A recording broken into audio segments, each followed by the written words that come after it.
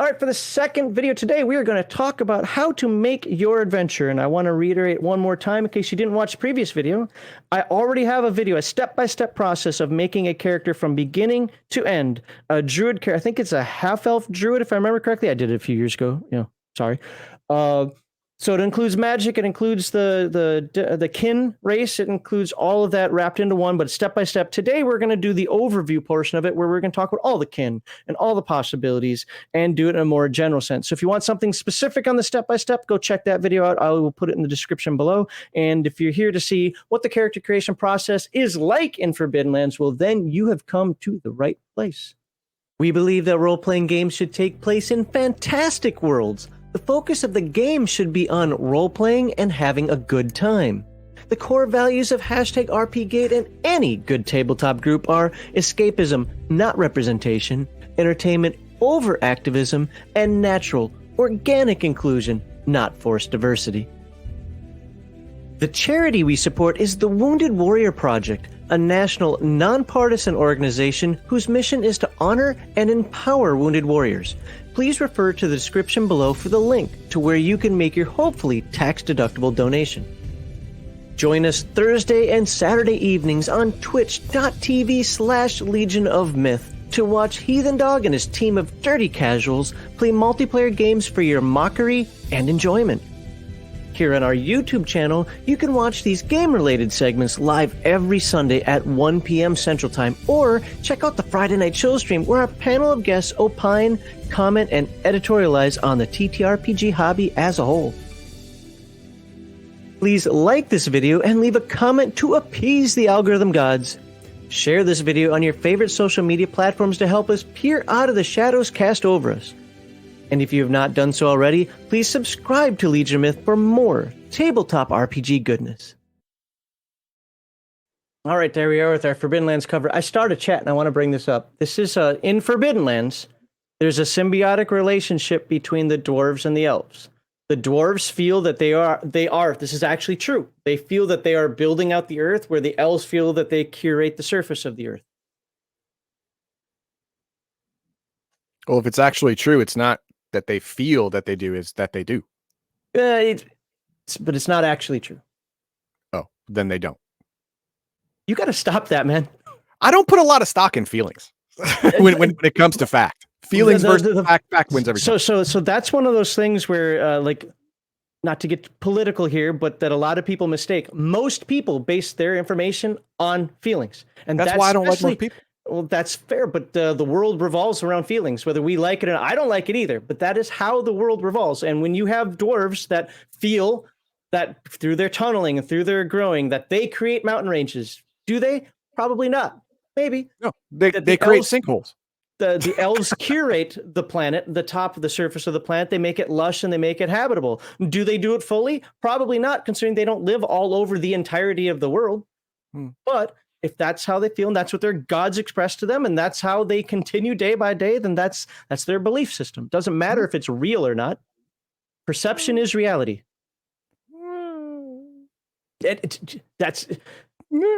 This is why scientists don't lead the human race, because nobody will listen to them because they're dicks.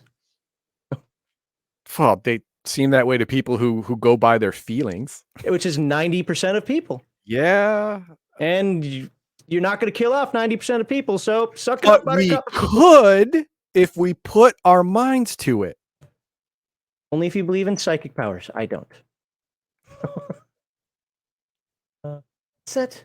For $10, Patriotic Gestalt says, Earthworm versus Sparrows, LOL. I don't know what that means. I don't know the reference, but I do appreciate the $10. Can you tell me what that reference is? That was on, by the way, that was on Rumble. Oh, so, can you say that again? Earthworms versus sparrows.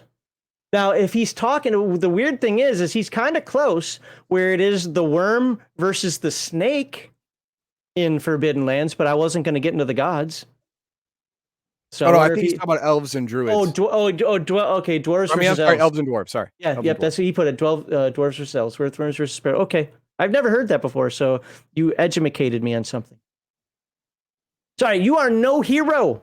You don't fight to protect the realm, though you could, or to put a true king on the throne. No, because you should be the king, right?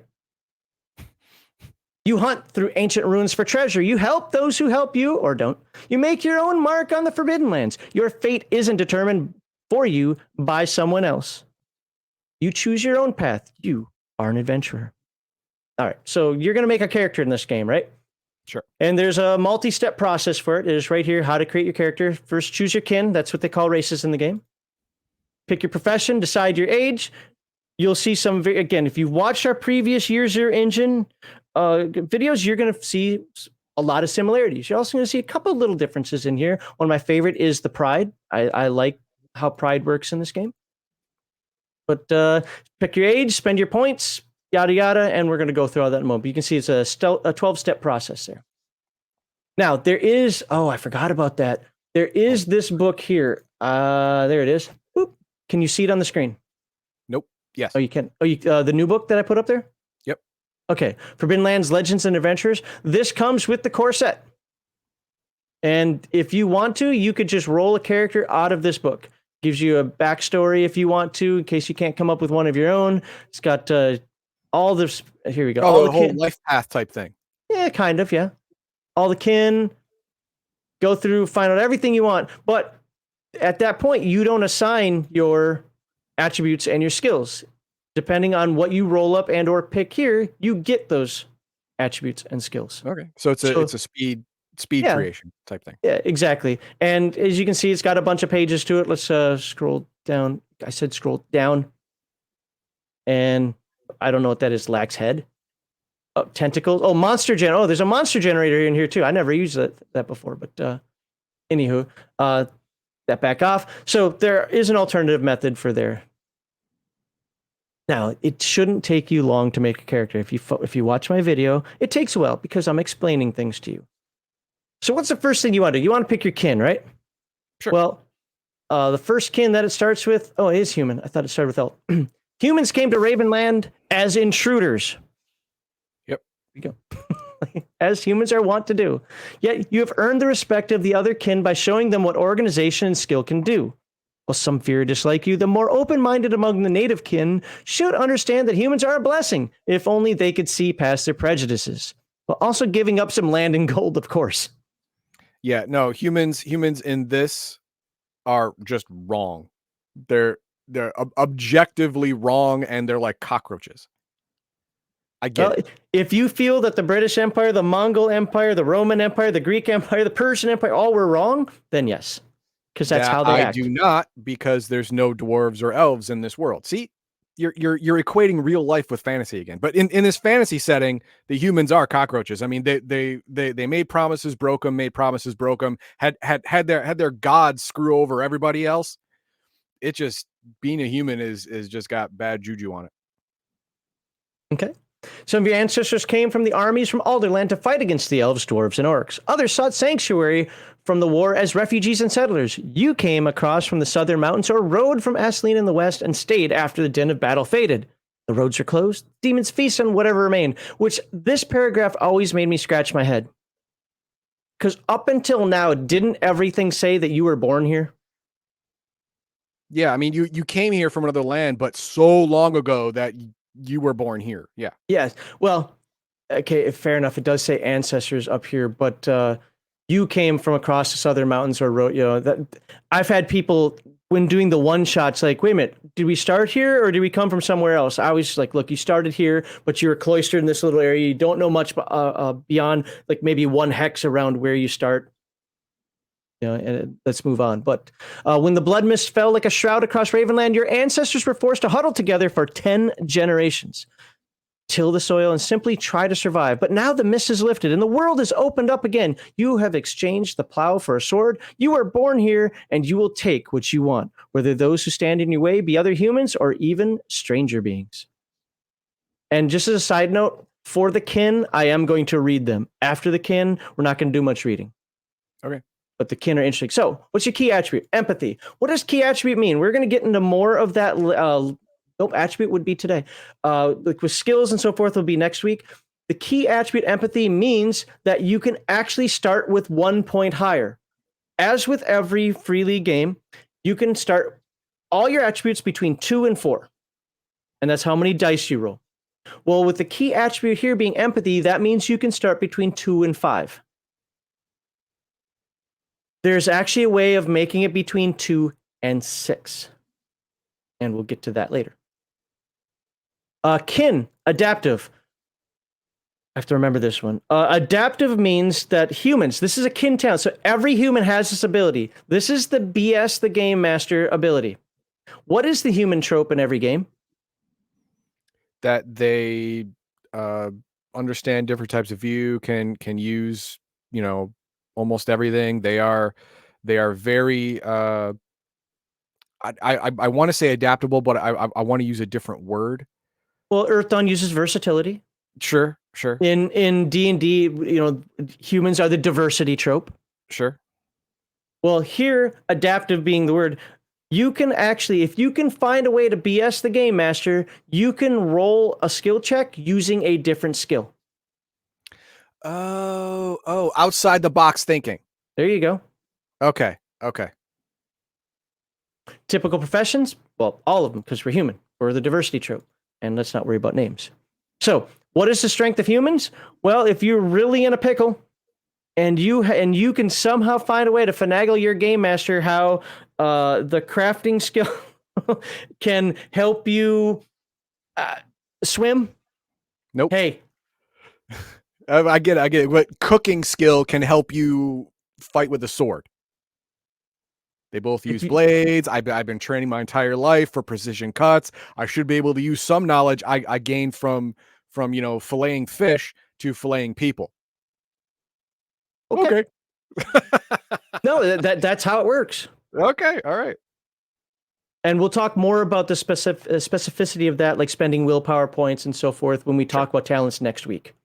Elf, at the dawn of time, you fell like a rain of glimmering rubies scattered across the land by the red wanderer of the heavens.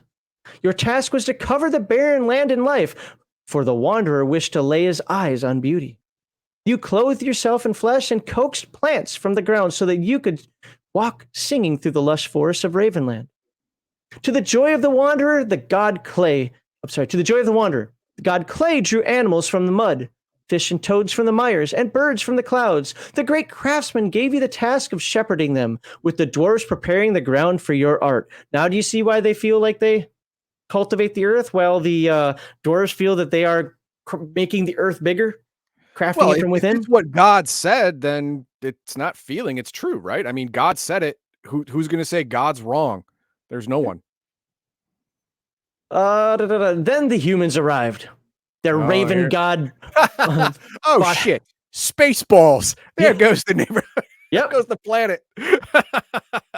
The raven god bought half the land for them and gave you the orcs in exchange. But the humans' intentions were false, and they soon attacked you with demons in tow.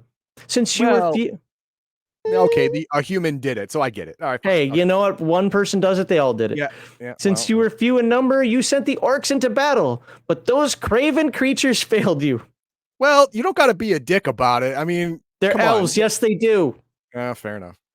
Your elders claim that everything will return to the way things were, if only you wait. That humankind will wither and eventually die, just as time eats away at all stoneless kin.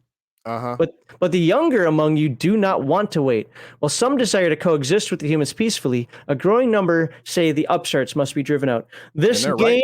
This core book here does not get into the factions of elves. The Game Master Guide does. Okay, so here we're just going to be talking about general elves. So I'm not getting into Elven Spring and whatever the other names, I forget what they all are called. We're not going to do that here. Key attribute, agility. I mean, they are elves, right? Yeah, that's not a surprise. Kin talent, inner peace. Now, this doesn't tell you what this does. Okay. Inner peace allows you to regrow lost limbs. That doesn't make sense. It's meditation. Through meditation, you heal yourself. Yeah, but that should be called something else. Well, you can say that, but that's what it's called. So I understand, but it doesn't seem like proper English. So through meditation, because you do actually, it's almost like well, no, it's even more than that. I was gonna say it's like a recovery test from Earth Dawn, but no, it's not. It's actually more than that. You have to spend, was it 4 or 6 hours? I think it's 4. in this inner peace, meditating, and you heal back your damage. And we'll get into more of that when we talk about talents in 2 weeks. There is a limitation to it, but not by much. By the way, what it doesn't say here is elves have a gem heart inside them. It said that they fell like rubies from the sky, right? So apparently That's literal. That's literal, yeah. And then the ruby shaped a body around them. That's great.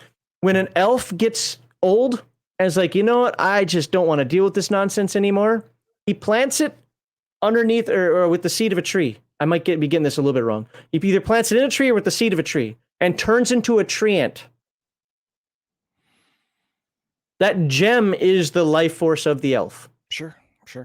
And that's why this whole meditation thing allows him to regrow nonsense. Typical professions: druid, minstrel, and hunter. And I forget if typical professions gives a bonus or not. I'll be upfront with you. I don't remember. Hopefully we read about that in a moment. Every blue moon a Smurf is born. Well, there are also blue gems, but we're not going to talk about that. Half elves.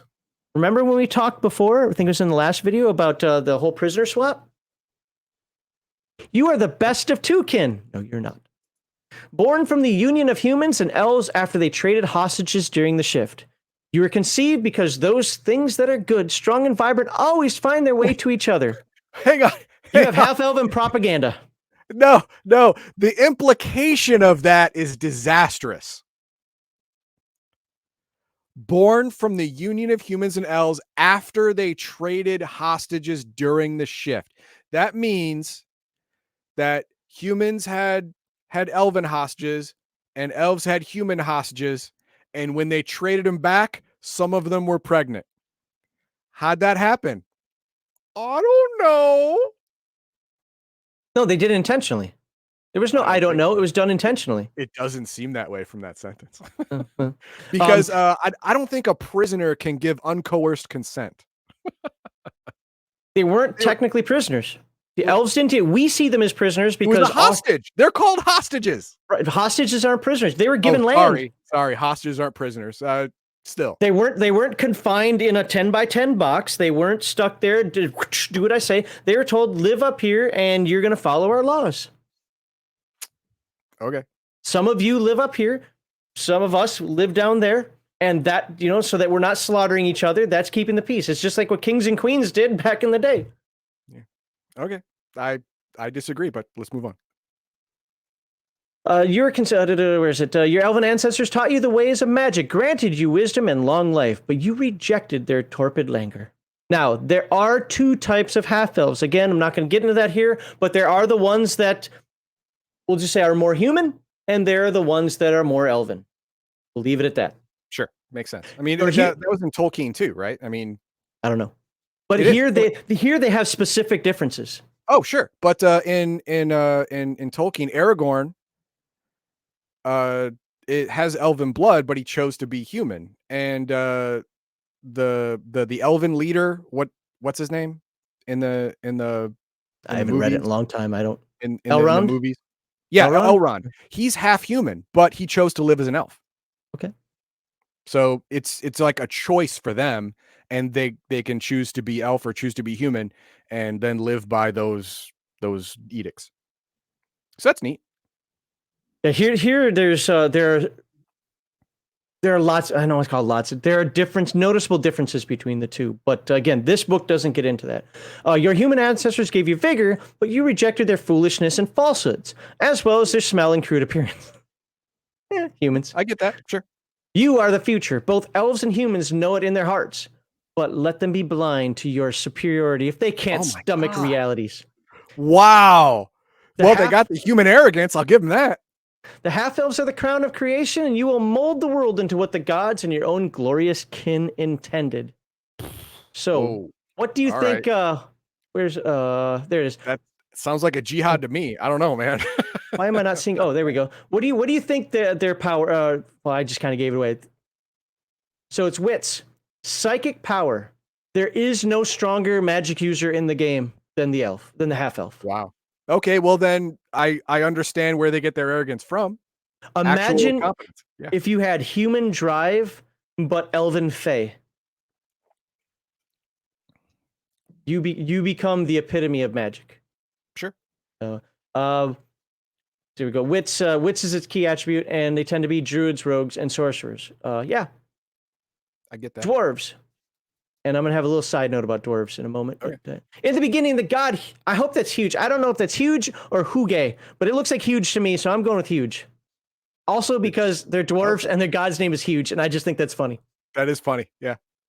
I like that. I had people tell me it's supposed to be pronounced huge, like it's Japanese, but screw you, I speak English.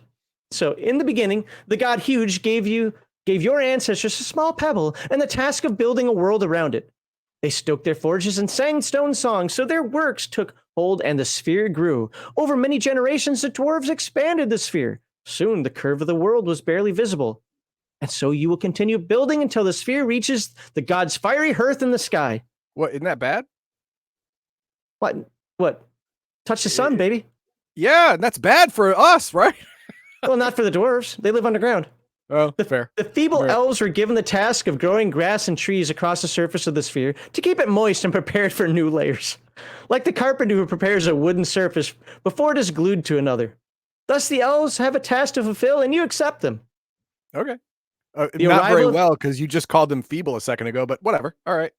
The arrival of humans slowed down your holy task of building the world. You're given the orcs as servants in exchange for a piece of forged land, but the orcs have limited skills and questionable loyalty, as was displayed in the inevitable war that broke out. Humans may be resourceful, but have no purpose, and thus fail to understand your works as the chosen ones of Huge. They must be kept in check, so your work may continue. Some younger ones are tempted to meet the harsh light of the world and run around the surface like humans. Let them. Hopefully they'll come of age and return with more sense than when they left. It's very Amish of them. It is. Yeah. Rumspringer. Yeah. Key attribute strength. Makes sense, Nope. especially since crafting is based off of strength. And digging. And digging, yeah. True grit. True grit means they get to push their roll multiple times. Oh, man.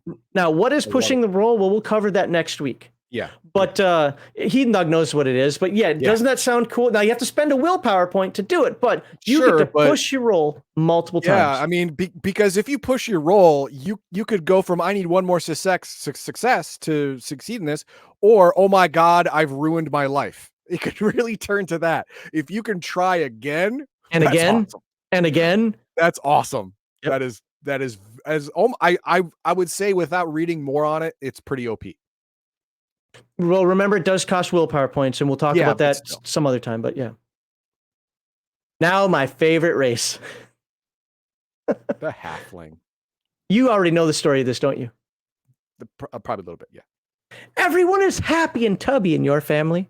No kidding. They sing humorous songs in the inns and drink and smoke.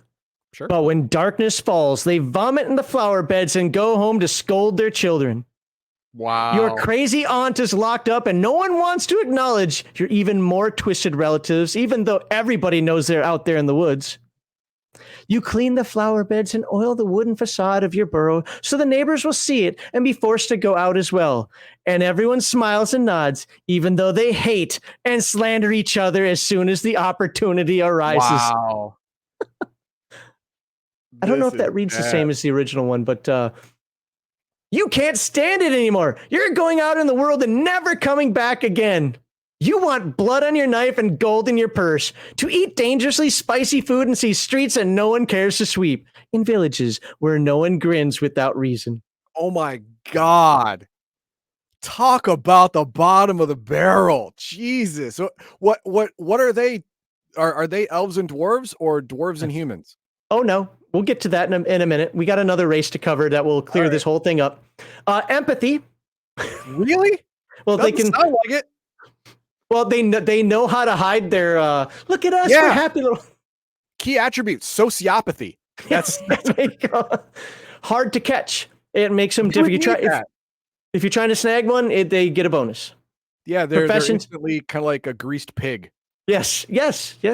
Minstrel, peddler, and rogue. Peddler's got a neat talent, which we'll talk next week. There you go. That But- is but that- awful.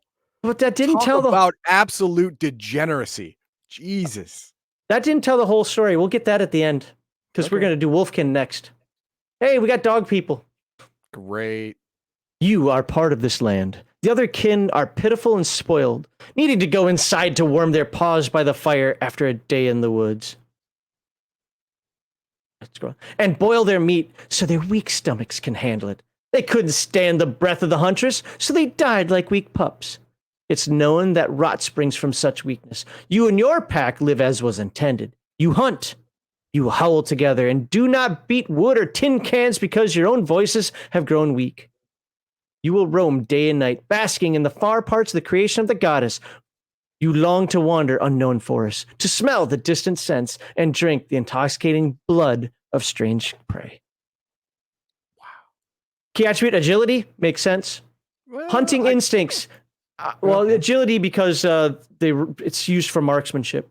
Oh, okay.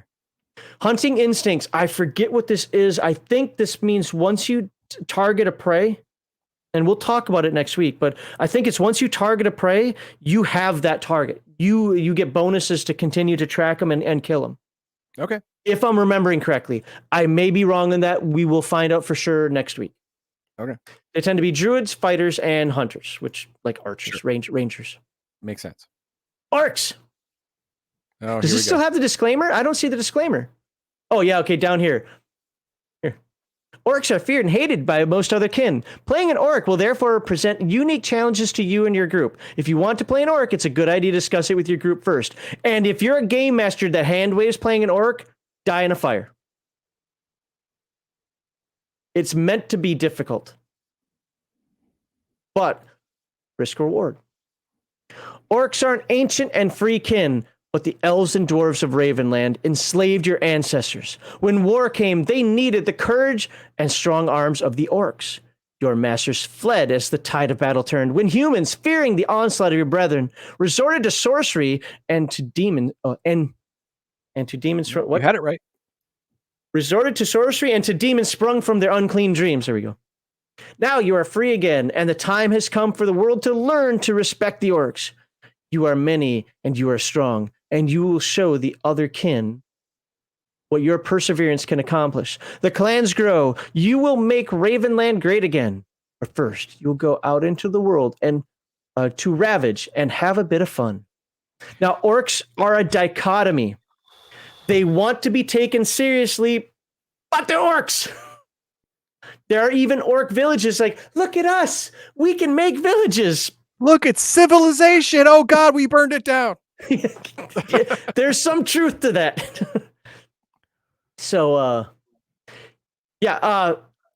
so key attribute strength makes sense. You know, you're a strong orc, right? Kintat unbreakable. The easy way of saying this is you have to kill an orc twice. Oh wow. Okay. They like to be fighters, hunters, and I don't know why rogues, but Rogue? rogues. Why the? All right, whatever. Goblin. All right. Back to the halflings. Now we're going to talk about goblins. Okay. The elders say you are the dark brothers of the halflings. Like you give a shit. Written right there in the book. Yep. All you know is that you live while the lard bags don't even try.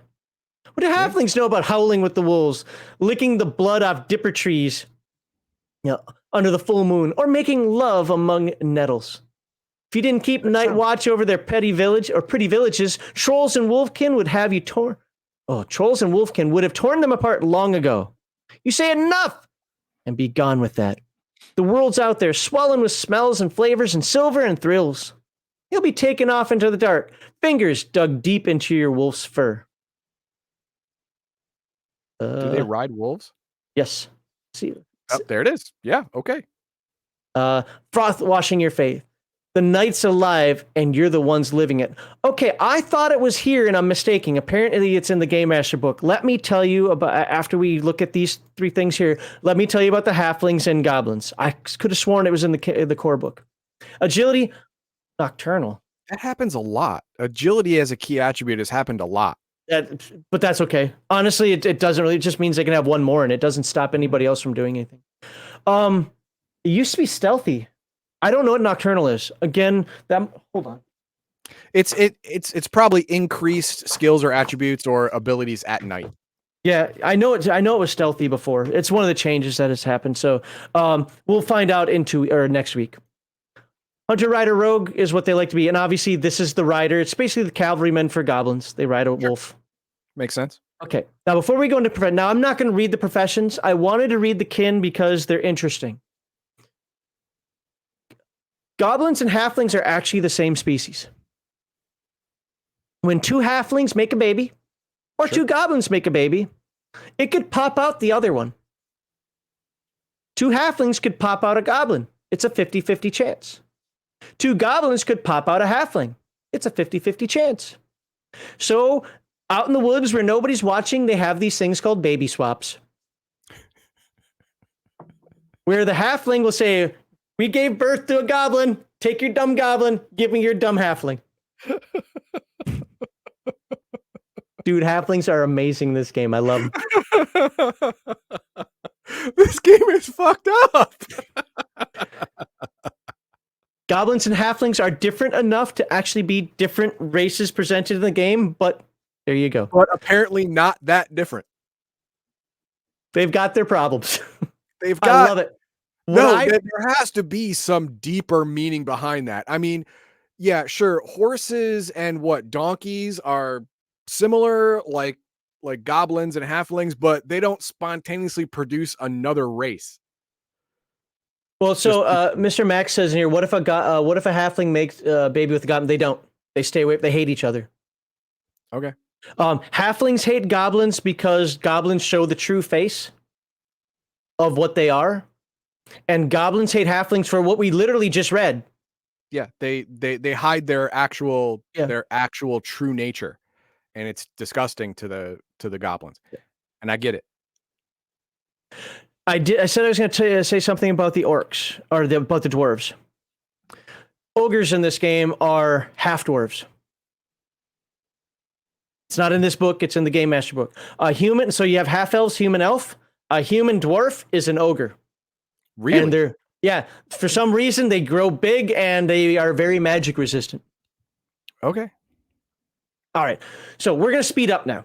I wanted to go through the kin. I know I have an entire video on the kin. This is just fun. I really like the kin in this game. I like that they maintain tropes but are unique. They're interesting and each one has a purpose. Sure. Now, professions. Professions are your character classes. You can be a druid. Key attribute is wits. Why? Because druids live by intelligence. What? Not feelings? Nope, by intelligence. Skills. Endurance, survival, insight, healing, animal handling. What does this mean? And we're going to talk about skills next week. But in Forbidden Lands, you can, when we go through the skill list, and I know I didn't show the character sheet yet, but when you look at the character skill list, you can put 1 in any skill as a starting character. Just 1. These right here, I'll zoom in on it, you can put 3 in. If you played Coriolis or saw our Coriolis videos, you'll see it's the same idea as Coriolis. So in these skills, endurance, survival, insight, animal handling, and healing, you can start with the skill level 3 instead of 1. Okay. Key attribute wits. Now, what happens? You can have 2 to 4. What happens if your race allows, or your kin allows you an extra point? The key attribute is wits. Well, that allows you to have a 5. But then you take a profession that allows you to, that also has key attribute of wits. That allows you to start the game with 6 dice in that attribute. No other game that we've covered does that. Okay. So it is possible to start with 6 dice here and 3 dice here. 9 dice to start the game, not even counting gear dice. Wow. Okay. Now, pride. We'll talk more about pride later, but pride, the way pride works is like this. You in a very niche and specific scenario, you pride yourself on something. You can add an extra D12 roll to that action. Oh, wow. To that very niche action. If you fail, so let's say you sense unnatural phenomenon before anyone else. Well, something weird's going on and you want to sense it. You roll. You failed.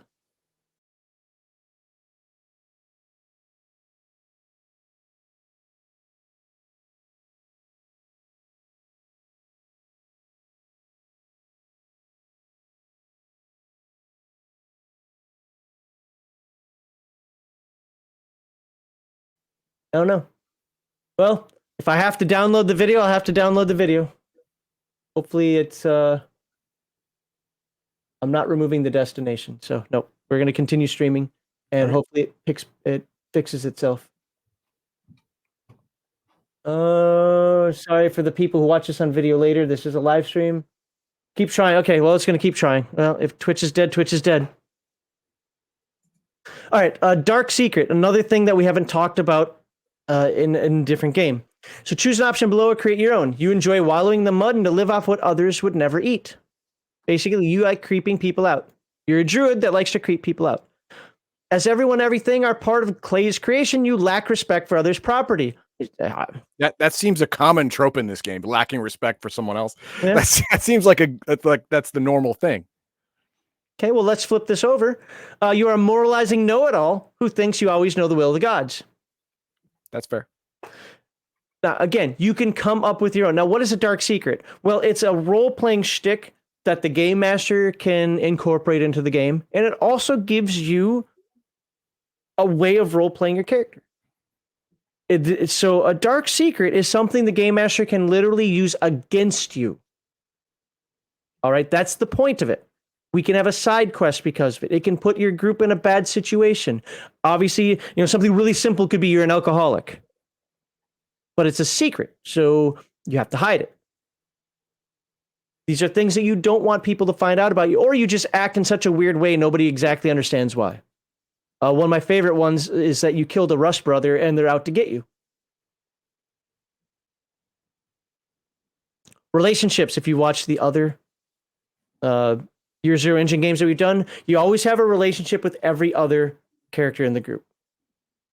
And of course, I highly suggest you take your own. But here, for example, Heathen Dog doesn't understand. Well, it says her, so we'll say his. Heathen Dog doesn't understand his role in the world. I will guide, but I will not teach. Heathen Dog is drawn to dark arts and must be kept under close watch. If needed, it's my duty to stop him. What? Or Heathen Dog is a slender oak that can grow into something great given the right care. I suppose if you're an elf. But the point is actually, from what I've gotten out of this game so far, no matter what race you choose, you're just born to live and die a douchebag. You don't have to, but you can. It seems that way. If you're black and white, yeah, but that's again, this game is about gray areas. It's not about moral relativism is a thing in this game to an extent. But you don't have to play it that way. Relationship again, you have a relationship with every other character in the group, and the relationship is something that you do to get role-playing experience points. Mm-hmm. And when we talk about experience at the end, you'll see that. But it also what was I going to say? Oh, they change over time. So Heathen Dog right now could be a slender oak that could grow into something great, but he keeps getting drawn to dark arts. So I'm changing the relationship to this one up here. Again, these are just examples. Infinite number of relationships you can have. These just get the brain juices flowing. But for the point of example, I'm saying that the relationship changed from this. I'm done with him. He keeps going after necromancy, and we can't have that. So now I'm changing the relationship to this. Okay. You do that at the end of a session. Gear. That's the equipment you have. What's important, staff, knife, whatever, right? Start with a D6 silver. It's not a lot. But things also don't cost a lot in the game like you're used to maybe in D&D where things cost like 200 silver for a knife. Sure. Resource. Here we go. Resource dice. You get a D8 food and a D8 water. What does that mean? When we go into the journeying section, we'll dive into it more. But for simplicity's sake, you can have a D6, a D8, a D10, or D12. D8 means you roll a D8, and if you roll a 1 or 2, it drops down a die. If you don't, you're fine. It stays at a D8. That's how you tell how much you have. Okay. And of course, the smallest die is a D6, not a D4? D6, yes. Okay. When you're at a D12, you have if you roll a 1 or 2, that's like basically a 1 in 6 chance. So like a 15% chance of having it drop down a die. When you're at a D6, you've got a 33% chance because it's if you roll a 1 or a 2. Mm-hmm. So at a D8, if you roll a 1 or 2, that's a 25% chance that it drops to a Sure. D6. When you're at a D6, you worry. When you're at a D8, you're like, eh. When you're at a D12, you're overflowing. Large S. Large S. There we go. That is generally what you're going to find with all these classes. Now we're just going to look over what the other classes are. What are they? Well, you have the fighter.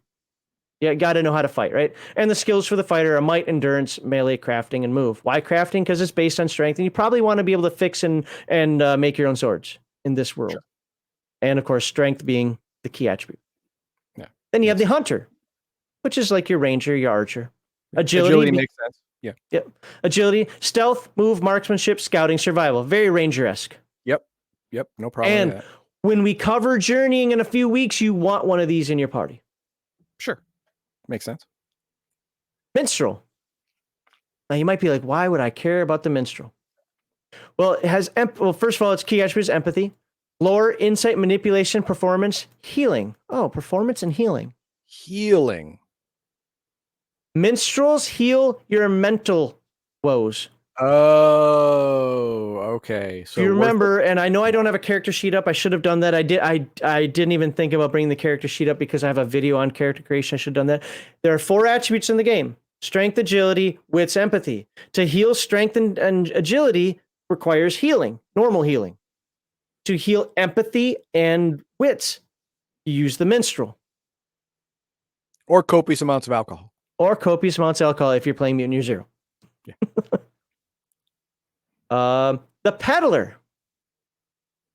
Key attribute, empathy. Why? Because that's where your manipulation comes from for making your haggling. Crafting, sleight of hand, scouting, insight, manipulation. The talent for the peddler, I wish it was written here. It should be written here, except for it's not. Or one of the talents is awesome. You always have a gold piece on you. You spend a willpower point. Oh, I have a gold piece. Look what I found. That's the awesome. Rider. Cavalryman, right? Agility is the key attribute. Endurance, melee, marksmanship, survival, animal handling. Think of this. If you wanted to do it, you could be very Mongolian with this. A horseback ranger. I get it. Yeah. The rogue. Agility, of course. Melee. Damn, look at that picture. He just looks like someone you do not want to find in an alley. Right? It's kind of Conan-esque without the barbarian, look to it. But that's very Conan-esque. Melee, a stealth, sleight of hand, move, manipulation. Move gets you out of situations, by the way. Mm-hmm. The sorcerer. Very Sauron-esque. Yeah. Saruman the White. That's what we're looking at right now, except he's dressed in black, but whatever. Wits, because wits is intelligence, and that's how you do your casting. Crafting, sleight of hand, lore, insight, manipulation. Wait, what do you use for casting? Willpower. I mean, why is this key attribute wits? Because spells automatically work. Oh, okay. Got it. Do you remember back to Mutant Year Zero? Yeah. Except I'm going to tell you that work, but there's a cost. Spells are much more powerful than those than the Mutant Year Zero powers. Okay. Age. That's not our class, right? Now we're moving on. You choose your age. If you remember before, you have young, adult, and old. Young gets higher attributes, less skills. Old gets less attributes, more skills. That's just the simple way of doing it. Heathen Dog doesn't like it. I don't care. It's a game mechanic. That's all it's meant to be. Skills. You have talks about rolling skills. You have no skill level. Well, you can always roll. Unlike Coriolis, every skill you can roll, even if you don't have a level. You just roll your attribute dice. So if you have a 4 in an attribute, you roll 4 dice. If you have a 4 in an attribute and 2 in that's a relevant skill, you roll 6 dice. If you have 4 in an attribute, what's that? Question. What do they have skills that cannot be used untrained? There's no such thing as trained or untrained. Every skill can be used. Okay, making sure. All right. Yeah, only Coriolis does that. What is it? 0 max is DC. What? I don't know what he means by that. Yeah, I don't know what he means by that either. Clarify that comment, please, because you might be right, or I might have to clarify. Starting skill levels. When you create your player character, you distribute a number of your skill points. How many points are determined by your age? And where was that? If you're young, you get 15. If you're old, you get 13. Oh, that's attribute. Where's your skill points? You said that was there. We go. Skill point 8. That's it, right. Only 8. You don't know anything, or you know a lot of things really poorly. Okay, see, it's better to be old than it is to be young. Because if you're old, you lose 2 attribute points, but you gain 4 skill points. Yeah, but attributes cover 4 skills. I understand. But if you're min-maxing, I just go old. Okay. Unlike Mutineer Zero, where it's 3 skills per attribute, this game is 4 skills per attribute. Okay. And I'll show that off later. You can assign a single point to, okay. How many points is determined by age? You can assign up to 3 points for each of the skills listed in your profession. I think that this paragraph is written backward, or this part of the paragraph is written backward. It should say you can assign a single point to each skill. Except for you can assign 3 skills for those profession ones that we noted above. Because the default is 1. And you can increase, but you can increase any skill. There is no maximum other than, well, 5 is the maximum, but it's just your starting ability for that profession is higher. Talents. You have a kin talent, which we've already talked about. You have a profession talent of your choice. You'll have 3 options. Sure. And you'll have a number of general talents, and you'll get those later on in the game. Here's a new thing about this if you've covered our other Year Zero Engine games. Every talent has 3 ranks in this game. You actually increase your talents. So you normally start the game with rank 1 in each talent, but you can choose to forego 1 general talent for starting the game with rank 2 in another. And you can increase your general talent levels as normal. So you have a number of general talents equal to your age. So if you're old, you have 3 talents. That is also seemingly very powerful. Starting off with 2 extra talents or 2 extra ranks possibly. Because if you start off with 2, right? You could have up to 5 if you take old. Well, because you get a kin talent and you get a profession talent. That's automatic. And then you get these. Then that's up to 5. But you can sacrifice 3 of them or two of them to get a 2 in one of the last remaining 3. That seems pretty powerful for being old, dude. Okay. Special category of profession talents are the magic talents. These are needed to cast spells and generally only available to druids and sorcerers. Fair. Yeah. Pride. We already talked about pride. I'm not going to dive into it except for to say here, where is it? Yep. Once per game session, you can activate your pride. When you fail a skill roll in a situation where your pride is relevant, the GM has the final say, but should give you the benefit of the doubt. When activating your pride, you get to roll an extra D12 and include the result in a die roll. Okay. If you fail the roll, despite this, you must remove your pride. You then need to play it's one entire session. My mistake. Without one entire session without a pride before you get to choose a new one. No, you said that. Oh, I thought I said the rest of this session, but hey, look at that! I'm a little goblin. I'm a hot looking archer, and oh look, we have skulls. Oh, here's the character sheet. This is the non-color version. This is the black and white. So we can see strength here. Hopefully you guys can see it. Let me zoom in. Strength of 3. Agility 3, wits 5, empathy 3. And this is like Mutineer Zero. A strength of 3 means you roll 3 dice and damage happens to your attributes. It's not like Coriolis where you have hit points and mind points. This happens to your attributes again. So if you take 3 points of damage, you lose, your strength is at 0 and you're broken. We'll cover that in combat in a few weeks. So wits, you have 5 wits. How do you heal your wits? Well, you have a minstrel sing to you. There's also another way you can do it, but the minstrel singing to you is the quickest way of doing it. Conditions. You can be sleepless, thirsty, hungry, or cold.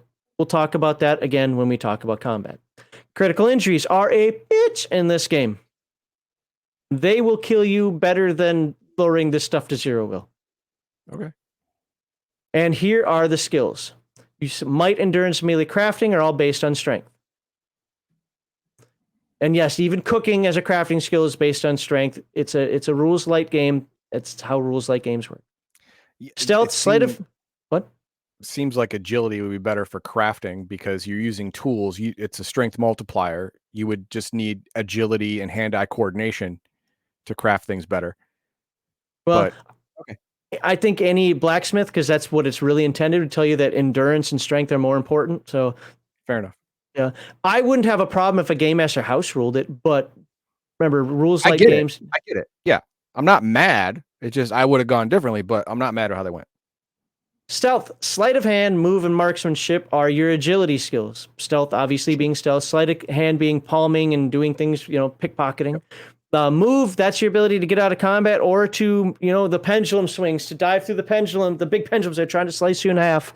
Sure. Marksmanship is shooting things with your bow. Scouting, lore, survival, and insight. Those are wits skills. Remember, wits being your attribute up here. Scouting, makes sense. That's finding things. Lore is your knowledge. Like, hey, do I know about this? Survival is very incredibly mega important in this game, and we'll cover that in the journeying section. And that's, can I build a fire? Can I make a camp? Can I find food? Can I find water? Basically, can I not die? Yeah, can I not die? I mean, what is the opposite of not dying? Survival. Yep. You go. And insight, this is used against manipulation, as most of the Year Zero engine games do, to see if you can determine if somebody's lying or messing with you. Trying to screw you over. And then finally, you have the empathy skills, which are manipulation, which is screwing somebody over, haggling. Performance, which is if you want to sing or play an instrument. Have a play, I guess, Healing, so this is where you want your healer to have, his abilities. And animal handling for your wolf riding and for your not cavalry, your rider. Okay. And I don't think there's anything else that we have to talk about here. Notice, there we go. Look, Path of Blood already started at 2. Let me zoom in on that. This character here. Psychic power. This must be a half-elf. So psychic power, Path of Blood, so it's a half-elf mage. And lightning fast. I don't know what lightning fast is, but that's the talent this person picked. But yeah, this person apparently took adult because they have 4 total talent points. Yep, at rank 2, and this is cool. This means he can cast higher, more powerful spells. Sure. And there we go. Yep, sorcerer. Okay, half elf sorcerer. And you know what? If you're going to go sorcerer, half elf is the way to go. They all work. But Dark Secret. We already talked about what that is. Every player in Forbidden Land has a story. And where's it down here? Okay. Nope, no, don't. It's something that your game master can. Yeah, here's the Dark Secret, so that you and the other PCs have first and foremost tools for the GM to create stories, but can also affect how many experience points you get after a game. Okay. This game is based on role playing. So relationships, we've talked about that as well. You have a relationship with each character. And your gear, you start with some really basic gear for your character. You'll have a number of silver, some food, and some water. If it says a weapon of your choice, pick one weapon from the weapons table in chapter 5. That's of your choice. You cannot choose a magical artifact. Don't be a douche nozzle. Coins, and again, you can have 1d6 silver. Encumbrance. Do you remember how encumbrance works in Year Zero engine? Take your strength, double it. Yeah. So if this character has 3 strength, right? Well, I don't have to do it. It has 3 strength. That means you have 6 lines of items that you can have. A normal item is 1 line. A light item is half a line. A heavy item is 2 lines. Once you fill up 6 lines, then you're encumbered. Until then, you're fine. Bags do not cost as line items. Coins count as a tiny item. You can have 100 coins before it becomes light, 200 before it becomes normal, 400 before it becomes heavy.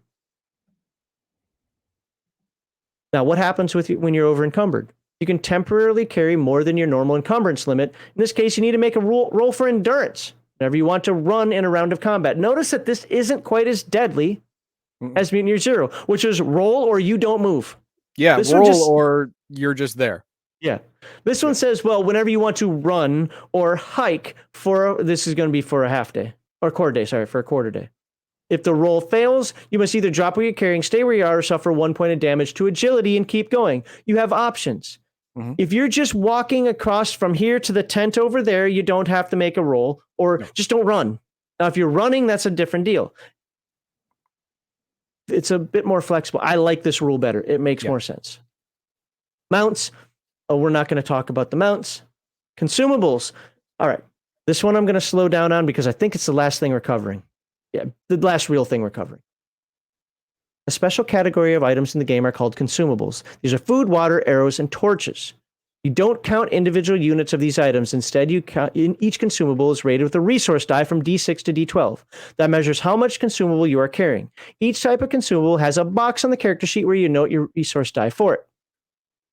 All right. So, should start up here. Every time you eat a ration of food, drink a ration of water, shoot an arrow, or light a torch, you roll a resource die for the consumable. If the die shows a 1 or 2, you must decrease the resource die 1 step. For example, from a D8 to a D6.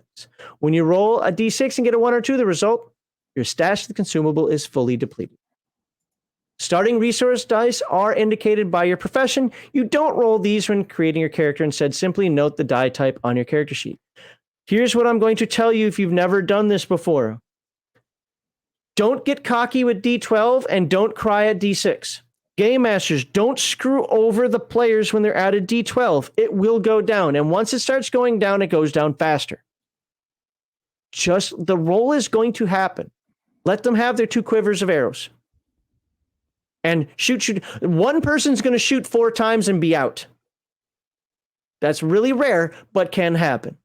Other person's going to shoot 100 times and not be out. That's just the luck of the draw. Okay?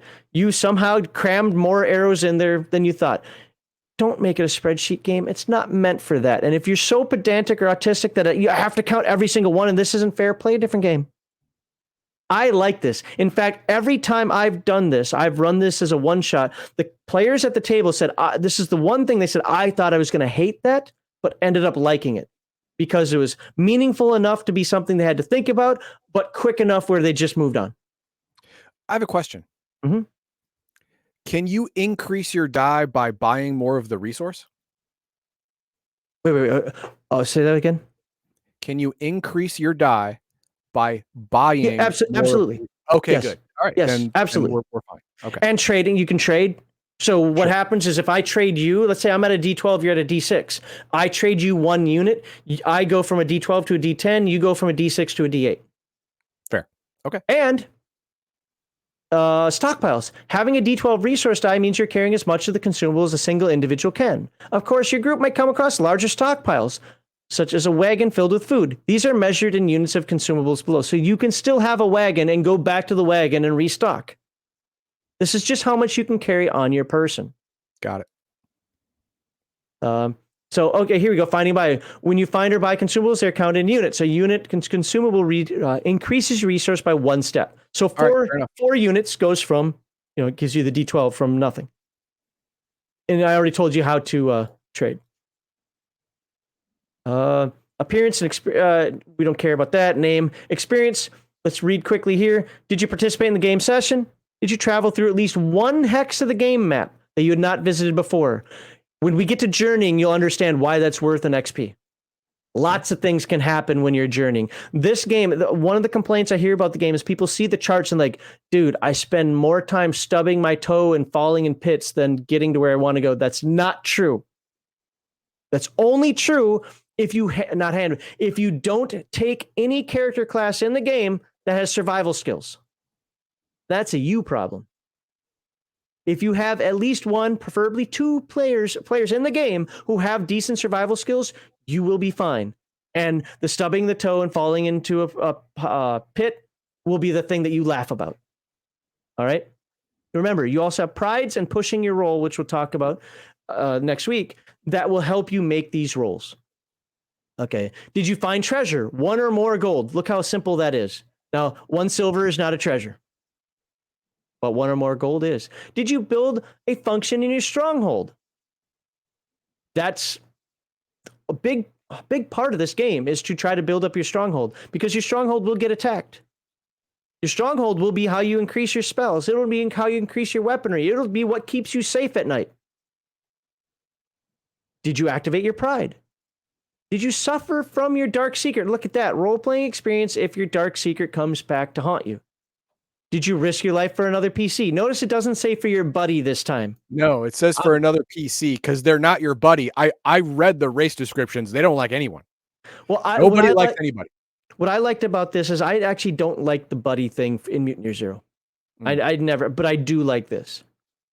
Did you perform an extraordinary action of some kind? Of course, that's going to be the GM call. Yeah. So spending XP, you spend XP to raise your stuff. We're not going to get into that. If you play the game, but you'll get XP, you'll raise your skills, you raise your talents. Got it. You can change your dark secret, especially if it's found out, or if just the course of the game. You can change your relationship. I hate Heathen Dog is my relationship to start. Heathen Dog's my best buddy. It happens later on. Look at Gimli and Legolas. Reputation affects your manipulation roll. We've covered that in other games.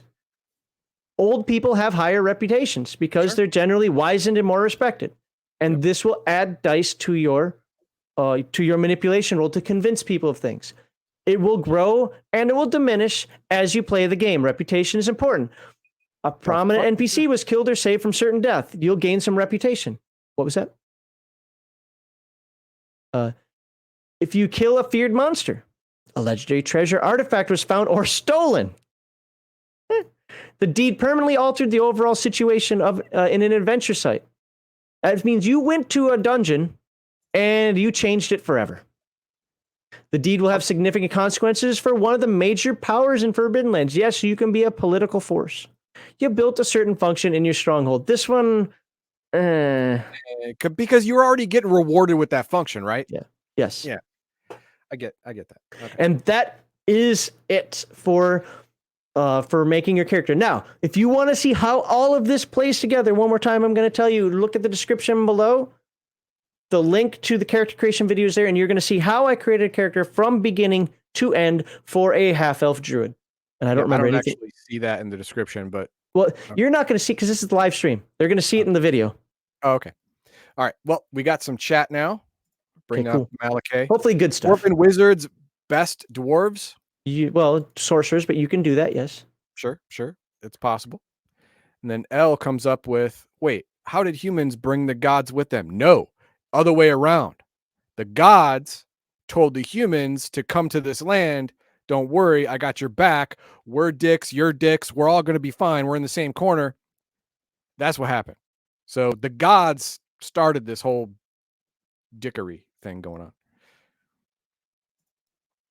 And then L comes again with kill all the elves, take their magic stones to the Adventurers Guild for money. Every anime. He's not wrong. Okay. He's not wrong. See, in a lot of anime in the last 10 years, especially if you're in another world, you kill a monster, it drops a stone that you take it to a peddler and get money. It's weird, but okay. It was a joke. All right. And Rex Teal says, I love how this setting is just twisting Tolkien's themes and making them more gritty. Yes. Every single race is hamstrung by being a dick in some aspect. I'm going to talk about that in a moment. I'll be right back. Okay. There is no pure, elf or dwarf or whatever. They're all broken in very obvious ways. I don't like, but that's how it is. Then everyone in this game is a D-bag, including the gods. Yeah, man. Yeah. All right. Can you go back to that last one? Oh, I lost it. But yeah, all the races are grittier, are Tolkien, but dark. But what I want to reiterate is it maintains the tropes that you would expect. The dwarves are tough. Yeah. The dwarves are stubborn. No, yeah, it maintains all those Tolkien things, but it's like Tales from the Dark Side version. Yep. It's like the same thing, but the other way. It's darker. I really, and I mean this, I really like this game. I know people are trying to think I'm going to get angry about Dwarven Wizards. No, I only get angry about Dwarven Wizards in Dungeons & Dragons because it's not supposed to be. Right. This game, I like the way, and in fact, one of the things I really liked about it is it took those tropes and threw them on their head. That's what made the game much more interesting to me. Then we have Rex Steele coming back. Is your age randomly rolled in this game, or do you choose it? Both. It actually says you can roll or choose. Yeah, that's true. That's true. Yeah, everybody that I've ever played with chooses it. Yeah. Then L comes back again. Boom. Games like this prove why. I like this one. Games like this prove why games like this fail. Baked-in settings are not very good. You are playing the setting more than the game. I believe Max and I would both vehemently disagree with this. Yep. Yeah, you're absolutely wrong, El. Yeah, because baked-in settings gives the player a framework so they know exactly where the boundaries are in their gameplay. Mm-hmm. And it gives the game master the ability to turn anything is possible to know in this world, inside the framework of the setting, only some things are possible, probable, and some things are now impossible. And that actually, you think, well, that's taking away from agency from both the game master and the player if you play within a settings. True, but since you can't go in any direction, everyone can go further going the same direction. There's less randomness. Therefore, there's less player versus player, player versus environment, because if everything reacts in a certain specified way, then you can navigate the world more easily. It's actually easier for your players to move forward because everyone's moving in generally the same direction. Sorry, I wanted to do that. The thing is, well, go back to Ellis. So I can't. I unstart it. Oh, so as far as that goes, yeah, I agree with Heathen Dog on that. But also, most people need a starting point. It doesn't make sense. Like, why are the wolfkin like this? Why are the halflings like this? Why are these things happening? You have to have the setting to frame that, really. Now, you can do whatever you want. That's why I read right at the beginning, it says you can use this system for any game you want as long as it's a hex crawl. Games like this don't fail. Forbidden Lands is actually, I think, other than Alien, is their bestseller. And even this might sell more than Alien. I don't know. Forbidden Lands is doing very well for Free League.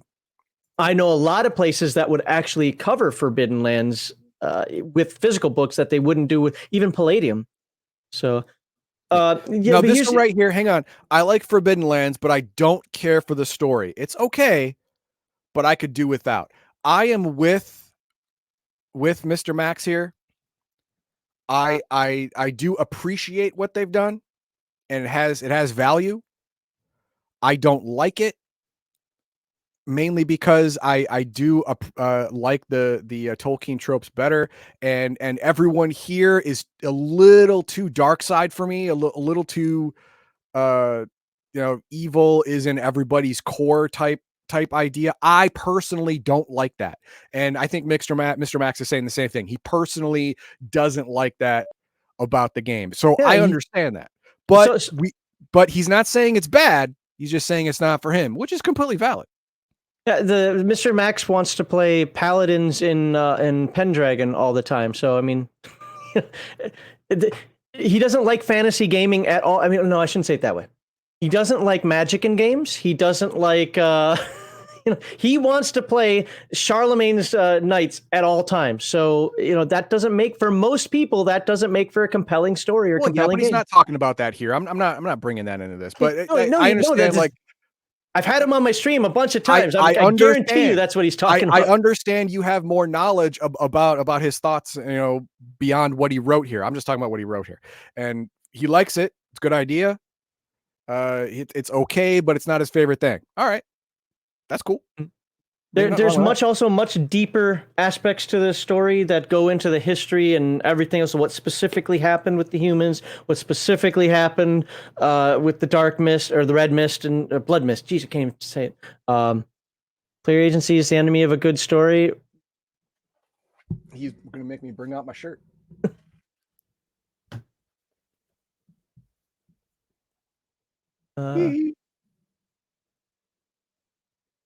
There it is.